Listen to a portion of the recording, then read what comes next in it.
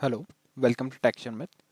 आज के सेशन में हम एक और मेथड कवर करेंगे पाइथन के लिए, जो है इंडेक्स। ठीक है। इंडेक्स मेथड के लिए भी बहुत सारे सिनेरियोज होते हैं जिसमें हम उनको यूज़ कर सकते हैं। तो यहाँ पे मैंने टोटल 8 सिनेरियोज लिखे हुए हैं, 7 सिनेरियोज यहाँ पे है। तो हम 7 सिनेरियोज को देखेंगे वन बाय वन और उसका आउटपुट समझेंगे। ठीक है। तो पहला सिनेरियो देखते हैं।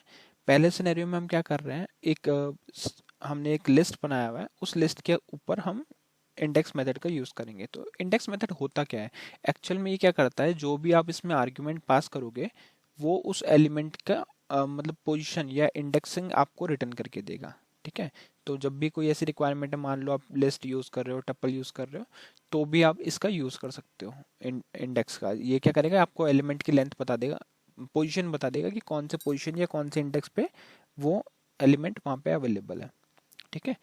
तो लिस्ट वगैरह का अभी आपको आइडिया नहीं है, तो बस आप अभी इतना समझ सकते हो कि ये यहाँ पे हमने स्टोर किया हुआ है, इसको लिस्ट बोलते हैं और इसकी इंडेक्सिंग हम निकाल रहे हैं।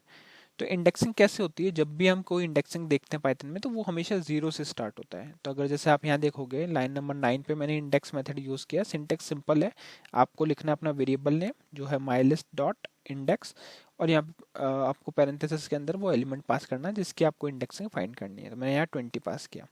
तो 20 कैसे होगा, यहाँ पे रिटर्न क्या करेगा, ये पोजीशन हो गई 0। ठीक है। ये हो गई 1, देन 2, देन 3 और ये हो गई 4। ऐसे होती है इसकी इंडेक्सिंग। ठीक है। तो ये 1 यहाँ से 1 काउंट नहीं होगा, यहाँ से 0 होगा। ये इंडेक्सिंग हमेशा 0 से देता है। तो 0 1, तो इसके आउटपुट में क्या हमारे को मिलेगा, 1 मिलेगा कि इंडेक्स 1 पे 20 एलिमेंट स्टोर है। ठीक है। तो अभी एक क्वेश्चन आपके पास ये हो सकता है कि अगर मान लो हमारे पास एक और 20 यहाँ होता और उसकी पोजीशन फाइंड करनी होती, तो हम वो कर सकते हैं? नहीं, वो नहीं कर सकते। इस सिनेरियो में नहीं कर सकते। मतलब ये हमेशा क्या करता है, फर्स्ट सिनेरियो को एक्सेस करता है और उसकी इंडेक्स बताता है। बट अगर आपको सेकंड अकरेंस या कोई और अकरेंस का निकालना है तो उसका एक सॉल्यूशन है जो हम लास्ट वाले सिनेरियो में डिस्कस करेंगे कि कैसे वो यूज होता है। ठीक है। तो अभी के लिए हम देखते हैं कि इसका आउटपुट क्या आ रहा है। तो मैं प्रेस कर रहा हूँ कंट्रोल शिफ्ट और टिल्ड कीबोर्ड से, कंट्रोल शिफ्ट और टिल्ड। तो ये टर्मिनल ओपन कर देगा और इस टर्मिनल पे हम लिखेंगे पाइथन और फिर स्पेस देके प्रोग्राम डॉट पाई। जो भी प्रोग्राम का नेम है वो आप मेंशन कर सकते हो। तो मैंने यहाँ पे लिखा पाइथन स्पेस और मेरे प्रोग्राम का नेम है सेशन 26 डॉट पाई और एंटर हिट कर दिया। तो जैसे एंटर हिट करेंगे सारे आउटपुट उसने प्रिंट कर दिए। हम वन बाय वन रेफर करेंगे।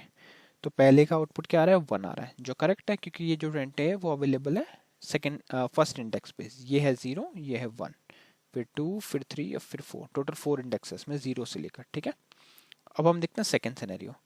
सेकंड सिनेरियो में भी हम इंडेक्स मेथड यूज कर रहे हैं, पर यहाँ पे हमने क्या स्ट्रिंग यूज किया हुआ है। तो स्ट्रिंग के अंदर हम लेटर स्मॉल ओ को सर्च कर रहे हैं।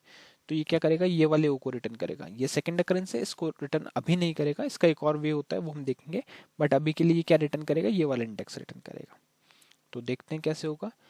तो इसका आउटपुट क्या आएगा, आप यहाँ से अगर काउंट करोगे तो ये हो गया 1 2 3, यहाँ से 0 से स्टार्ट होगा, 0 1 2 3 4। तो आप देखोगे यहाँ पे आउटपुट भी 4 मिल रहा है क्योंकि ये 0 से इंडेक्सिंग होती है। तो फोर्थ इंडेक्स पे या फोर्थ पोजीशन पे हमारे को स्मॉल ओ मिलेगा। ये केस सेंसिटिव होता है, अगर यहाँ पे आप कैपिटल ओ दोगे तो कैपिटल के पोजीशन देगा, अदरवाइज ये स्मॉल की देगा। थर्ड सिनेरियो में हम क्या कर रहे हैं, एक कैरेक्टर की जगह हमने पूरा वर्ड ही यहाँ पे मेंशन कर दिया। जैसे मैंने लिख दिया वर्ल्ड, तो ये क्या करेगा, उस पूरे वर्ल्ड की जो वेरिएबल है, जो एक्चुअल में डेटा स्टोर्ड है, उसकी पोजीशन रिटर्न करेगा।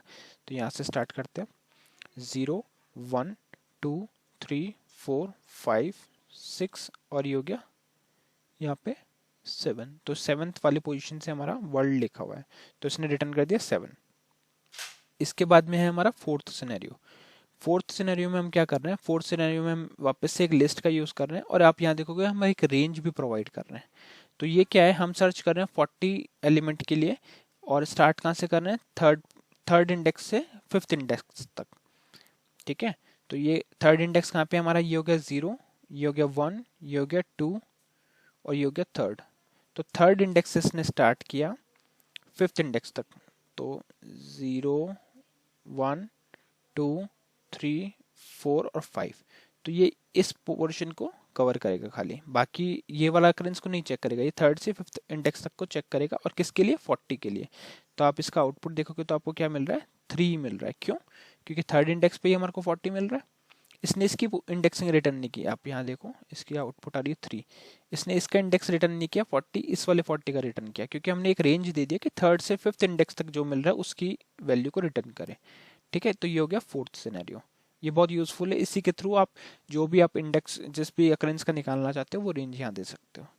अब देखते हैं फिफ्थ सिनेरियो। फिफ्थ में हम सिंपल यूज कर रहे हैं, बस यहाँ पे टपल यूज किया हुआ है, तो टपल के अकॉर्डिंग ये इंडेक्सिंग रिटर्न करेगा। तो ये भी रिटर्न कर रहा है 2, 2 क्यों कर रहा है, 0 1 और 2, तो इसने 2 पोजीशन रिटर्न किया। तो बस यहाँ पे लिस्ट की जगह हमने टपल का यूज किया हुआ है। ओके, अब हम देखते हैं सिक्स सिनेरियो। सिक्स सिनेरियो में हम क्या कर रहे हैं, हमने लिस्ट यूज किया है, तो ये वही पहले जैसे हमने सिनेरियो देखा था सेम वही है, 30 है, तो 30 को ये सर्च करेगा 0 1 और ये आ गया यहाँ पे 2, तो यहाँ पे भी ये 2 रिटर्न कर रहा है। 2 रिटर्न हो गया। अब मैं इसको एक बार स्क्रॉल डाउन करता हूँ और नेक्स्ट सिनेरियो पे हम मूव करते हैं। तो यहाँ तक तो आपने देख लिया। अब ये लास्ट वाले सिनेरियो में 2 रिटर्न तो कर रहा है, जैसे अभी हम यहाँ पे सर्च कर रहे हैं, यहाँ तक इसने 2 रिटर्न किया। अब हम देख रहे हैं ये वाला सेवंथ सिनेरियो। तो सेवंथ सिनेरियो में क्या हो रहा है, हम एक लिस्ट पे इंडेक्स सर्च कर रहे हैं, पर यहाँ पे हमने ट्राई और एक्सेप्ट यूज किया हुआ है। ये क्या होता है, ये एरर हैंडलिंग के लिए होता है, इसको डिटेल में तो हम डिस्कस करेंगे आगे, बट अभी के लिए मैं इसलिए यूज कर रहा हूँ कि अगर मान लो आप कोई लिस्ट में ऐसा इंडेक्स सर्च कर रहे हैं जो अवेलेबल ही नहीं है, तो उस केस में ये क्या करता है, एरर जनरेट करता है। तो उस एरर को हैंडल करने के लिए हम ये ट्राई और एक्सेप्ट यूज करते हैं। तो अगर कोई भी इंडेक्स, जैसे यहाँ पे 60 सर्च कर रहे हैं, 60 अवेलेबल नहीं है, तो उस केस में ये मैसेज प्रिंट करेगा element not found in the list. ठीक है, इसका मैं आपको एग्जांपल देने के लिए क्या करता हूँ, फर्स्ट वाले में एक और यहाँ पे मैंने 200 सर्च किया जैसे, और फिर मैं अगर इसको रन करूंगा तो ये क्या करेगा, एरर देगा, हमारे को एरर दे रहा है 200 is not in the list. तो वैसे ही अगर आपके पास कोई ऐसा एलिमेंट आपने सर्च किया जो अवेलेबल नहीं है, तो उस केस में हम एरर हैंडलिंग के थ्रू में भी ये मैसेज पॉपुलेट कर सकते हैं कि ये रिकॉर्ड एग्जिस्ट नहीं करता और आपका प्रोग्राम फेल भी नहीं होगा। ठीक है, तो ये कुछ सिनेरियोस थे जिसमें हम इंडेक्सिंग का यूज करते हैं, इंडेक्स मेथड का। आई होप ये सेशन आपको क्लियर हुआ होगा। नेक्स्ट सेशन में बाकी टॉपिक डिस्कस करेंगे। So thank you for watching texture math.